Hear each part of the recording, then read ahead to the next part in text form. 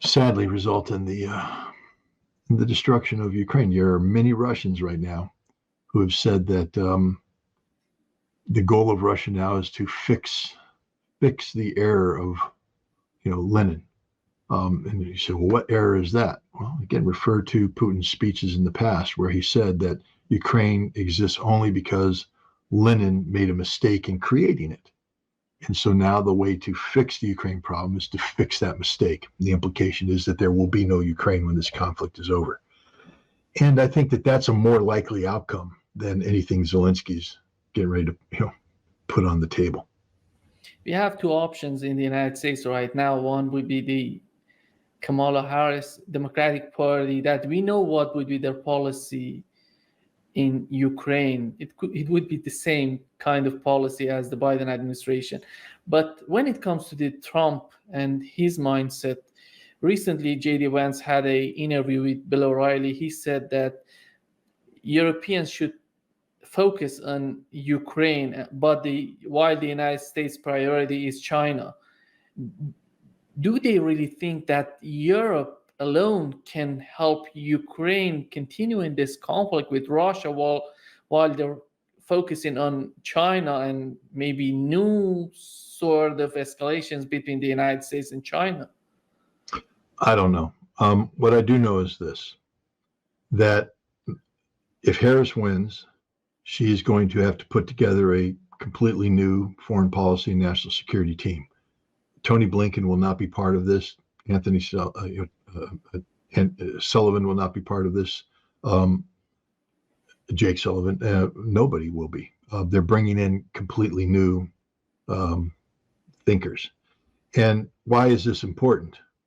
Because when she's sworn in, these people are going to be understand that the reality that we see today during this campaign season, where you have candidates responding to breaking news, is not the reality that will be in existence in January when President Harris could be sworn in. It'll be a completely different reality that her new people are going to have to deal with. It's one thing to sit here and articulate, crowd-pleasing rhetoric, back Ukraine, stand up to Russia. It's another thing to be sitting at the White House with Europe saying, we're done. Germany saying, we're broke, we can't do anymore. France going through a political crisis. Who knows if Macron will even be the president then? England collapsing under a wave of new taxes and the social unrest. Europe is literally disintegrating before our eyes, the immigration crisis, et cetera. And so all of these expectations about, what Europe can and can't do, come January, it's going to complete. Ukraine is going to be complete. Russia is taking out energy infrastructure right now. Ukraine will not come out of this winter alive.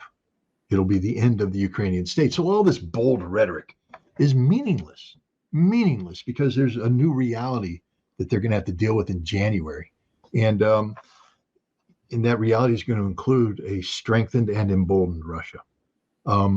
So I just disregard anything that is said by either the Harris or the Trump camps. J.D. Vance is going to be a vice president who is as irrelevant as this bottle cap. Donald Trump doesn't listen, doesn't take advice. J.D. Vance isn't going to be able to knock on the door and say, hey, boss. First of all, J.D. Vance is dumber than dirt about foreign policy. He may have some basic instincts to do this or do that. He knows nothing about Ukraine. It's obvious in everything he says about Ukraine. He knows nothing about Europe. There's nothing in his background that lends itself to this man being a foreign policy or national security genius. He just has some gut instincts. America doesn't get involved in other people's war. Okay, I get that. But he's also a guy, that does the Trump thing, flexes his muscles and all that. Whatever J.D. Vance knows or doesn't know, says or doesn't say, as I said, come January, it's going to be irrelevant because there's a new reality in town. And Donald Trump's going to have to deal with that reality.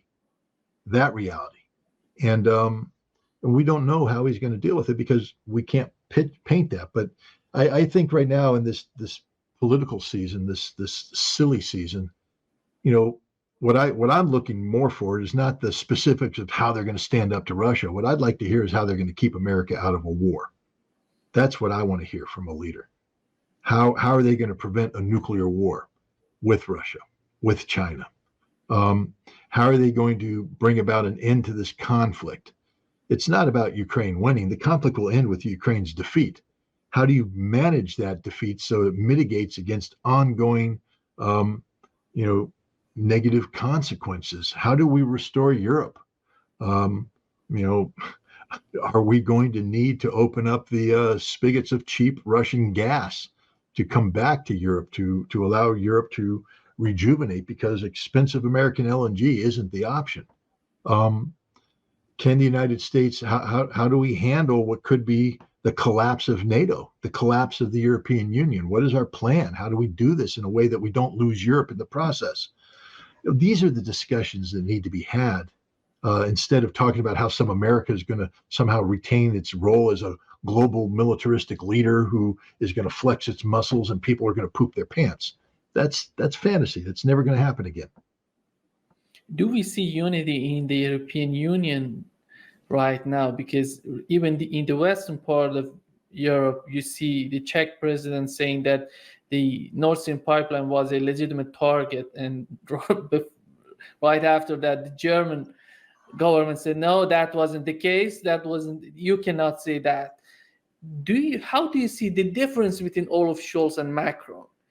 The differences between the western part and the eastern part of Europe? How do you see, without the pressure coming from the United States, is Europe willing to continue this conflict in Ukraine or not? It doesn't matter if they're willing to. They don't have the ability to. So the question's already been answered. I mean, Germany, you got your great German generals, a concept that doesn't exist today. But these bold leaders who have led massive armies into great success around the world. No, they haven't. Talking about, we need to retool and reconfigure to be ready to fight Russia in 5 years. Okay, with what? You just tried to pass a defense budget. You didn't get what you want. You only got, I think 1.2 billion euro increase in the budget, which doesn't match inflation, which means you're shrinking as you're talking about getting bigger. This is the reality. The Germans can't deliver on what they say they want to deliver on. The French are a freaking joke right now, literally just a disaster. Macron faces impeachment, or the other outcome is he'll be compelled to resign. France is falling apart on itself. There used to be a debate within the European Union that sort of broke down into what we call the Berlin School and the Parisian School. This is economic theory. I'm not an economist. But the Germans have, sort of, traditional banker, conservative monetary policies. And the German mark is the heart of the euro. I mean, it's the German economy and the strength of the mark that made the transition to the euro possible. The French franc, less so, but it's still a big economy. But the French have an important political role to play, and they have much more liberal approach. And you saw that as you took a look at how Europe wanted to deal with, for instance, the crisis in Greece, the issues in Poland and southern Italy, et cetera. There was this debate taking place, fiscal conservatism, fiscal liberalism. This is before Ukraine. This is, Europe already fracturing into two schools of thought, because the euro was running into the reality that the concept of a European Union, a European singularity, is an absurdity. It just doesn't work, especially when you start throwing in, political hot potatoes like immigration. So Europe is already deeply fractured, not just between Berlin and France, but between old Europe and new Europe, the newly empowered eastern part of Europe that after the Cold War, became sort of the darlings of the West as we expanded NATO in an effort to create a bulwark against Russia, to bring Russia down. But now that's running into and now they're inconvenient. Do you really think that the Latvians, Lithuanians, and Estonians are the most popular people in Europe today? These little chihuahuas running around barking, war, war, war, war, war. And Europe's going, no, we don't want it. We don't have the means to do this. Poland, is the proverbial skinny kid at the beach who got that matchbox, the old Charles Atlas, lift weights and you can be. So he went to the gym and he got a little bit of flex here, and he's out there on the beach flexing and thinking he's bigger than he is. Poland's just a pathetically small Central European country that has no meaning, no relevance by itself. There's a reason why Poland gets invaded and people cross over, because Poland sucks as a nation. And it will continue. I'm sorry, Poles, but prove me wrong. Elect a government that stands for something other than letting the rest of the world back you up while you flex. You pulled that a couple of times, and that's why you got occupied. That's why you got defeated. Okay? You wanted the world to come to your rescue in World War II. Not going to happen. Nobody's coming to your rescue because nobody cares about you. You're irrelevant. You're like Ukraine. You just don't matter. You could matter if you brought something positive to the mix, contributed in a meaningful fashion. But the moment you start thinking that you're bigger than you are, when you're something you're not, then it becomes problematic. And so the Poles will continue to be a huge problem for Europe. You have, Hungary threatening. I mean, who knows where Hungary is going to go? Bulgaria, Romania is going through some problems. Europe is not a stable environment. It's an inherently destabilized entity that's collapsing in on itself as it speaks. That's the reality. So we should stop this nonsense about speaking about, Europe and what Europe's going to do. Europe is going to disappear. Europe doesn't exist. Nation states exist. And each one of these nation states, as Europe collapses, is going to collapse in on itself and try and solve the problem for itself. Do you really think the French political crisis is going to be solved by somebody in Brussels saying, well, we in the European Union believe that France should do the following? France is going to say pound sand. Italy is going to have some big problems coming up.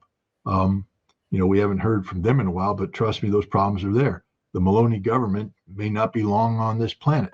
None of these governments are long on this planet because the economic crises that face Europe collectively, not just individual states, but collectively, are almost insurmountable.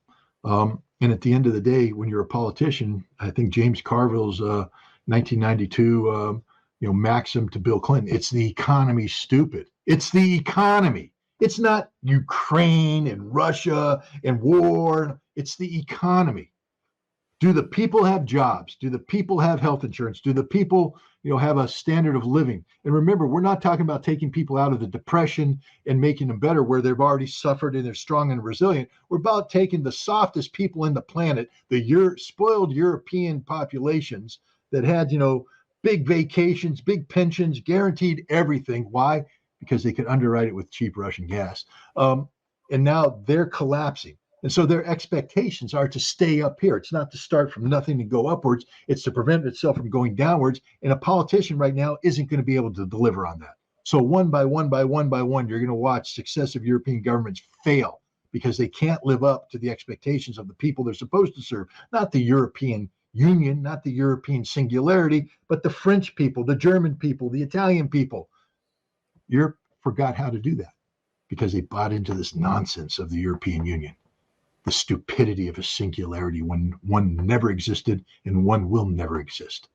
And that's the reality of Europe. It's, again, what I'll say today is that the European problem that manifests itself right now, that people are talking about, is going to be a very different problem come January when the next president's sworn in, and a very different problem come next summer. We're talking about rapid, the rapid collapse of this European Union, this European promise.